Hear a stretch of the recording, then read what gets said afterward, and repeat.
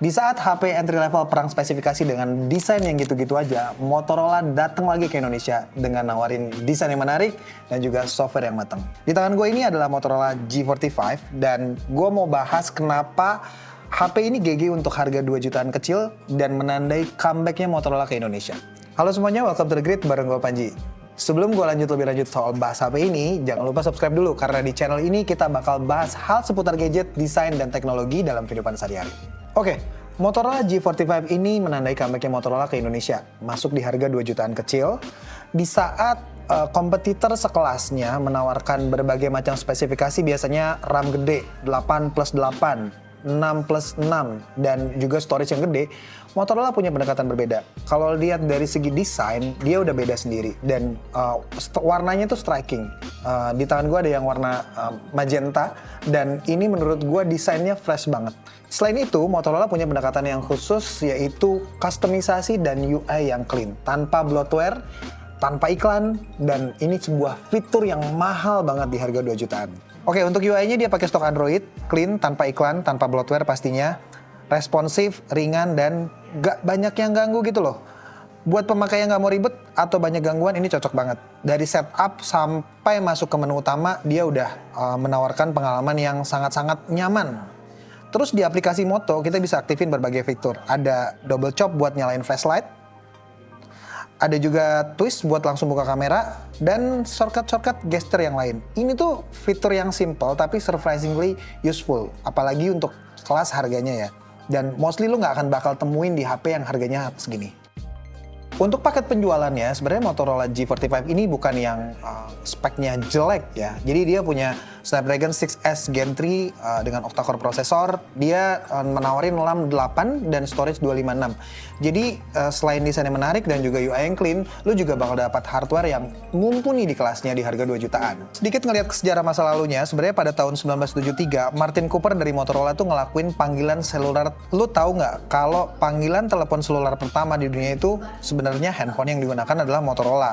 Mereka juga pelopor HP-HP legendaris kayak Razr yang jadi salah satu pengembang awal Android. Nah, seiring waktu, Motorola tuh kalah bersaing sama brand-brand yang muncul belakangan. Dan akhirnya dijual ke Google pada tahun 2012 dan juga Lenovo tahun 2014. Nah, kembalinya Motorola ke Indonesia menurut gua menjadi bukti keseriusan mereka untuk menggarap pasar Indonesia. Ya emang sih kalau lihat dari top 5 smartphone vendor di dunia, Motorola atau yang sekarang mereka under Lenovo itu belum masuk di top 5. Tapi mereka punya potensi yang besar. Kenapa? Karena brand smartphone sekarang itu banyak yang perang di spesifikasi tanpa memikirkan pengalaman pengguna. Nah menurut gua Motorola ini punya modal yang cukup kuat karena dia bisa nawarin pengalaman pengguna yang menarik dengan UI yang bisa dikustomisasi dan tadi clean. Lu beli HP-nya, lu nggak bakal dapat bloatware yang lain-lain seperti di brand yang setipenya. Oke, setidaknya menurut gua ada 3 modal dasar yang kuat buat Motorola buat menantang para pemuncak klasmen top 5 smartphone vendor dunia saat ini nih. Jadi yang pertama, kalau ngomong filosofi desain, UI yang clean dan sangat-sangat up to date ini menurut gua akan jadi faktor utama. Dia datang tanpa bloatware, tanpa iklan. Terus untuk OS update lu dapat 2 kali software update dan 4 tahun security patch. Ini merupakan fitur yang cukup menjanjikan ya dibandingkan dengan smartphone penantang dan juga yang mulai progressing lah. Yang kedua ada Moto App dan gesture customization. Ada double chop untuk flashlight, terus ada fitur twist buat buka kamera dan berbagai macam gestur lainnya. Semua dikumpulin di aplikasi yaitu Moto yang ringan dan juga intuitif. Yang ketiga, desain. Kenapa? Karena menurut gua desainnya sangat atraktif.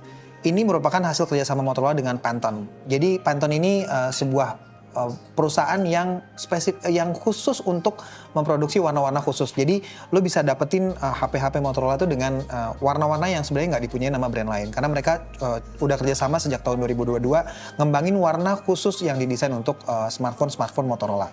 Oke, tapi satu hal yang bikin gua sebenarnya belum nyaman untuk pakai handphone ini sebagai daily driver gua sehari-hari, yaitu layar. Karena dia layarnya masih HD, resolusi 720 pixel, yang artinya gua yang biasa mungkin pakai smartphone flagship dengan layar resolusinya minimal Full HD, itu agak sedikit keganggu dengan kerapatan pixel yang mungkin jadinya agak kayak handphone yang jadul. Ini sebenarnya sebuah spesifikasi yang sangat disayangkan di penawaran harga segini. Cuman ya lu nggak bisa menang semuanya lah. Pasti ada yang harus dikorbanin. Cuman gue kayaknya lebih tertarik untuk nyobain Motorola Edge 60 Fusion yang juga baru diluncurin karena dia punya fitur-fitur dan kustomisasi yang sama kayak Motorola G45 ini. Cuma dengan spesifikasi yang lebih menarik. Layarnya udah curve dan juga sensor kameranya yang lebih bagus. Jadi mungkin next time gue bisa nyobain yang itu juga. Oke, kesimpulannya Motorola G45 ini bukan HP murah. Bukan sekedar HP yang murahan dan juga sekedarnya aja gitu buat Motorola masuk ke Indonesia. Dia jadi entry point yang manis dan menurut gua well done Motorola Indonesia karena dia bisa ngasih penawaran yang berbeda di tengah padatnya segmen smartphone 2 jutaan di Indonesia saat ini. Jadi handphone ini layak lo pertimbangin, tapi lo juga perlu memperhitungkan langkah Motorola selanjutnya. Karena apa? Karena mereka punya modal yang kuat untuk bisa jadi pemain smartphone yang besar di pasar Indonesia. Gimana menurut kalian?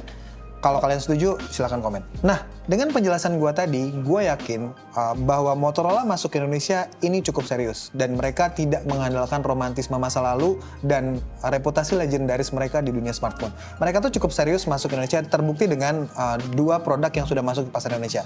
Apalagi kalau yang smartphone lipat dimasukin juga. Gimana menurut kalian?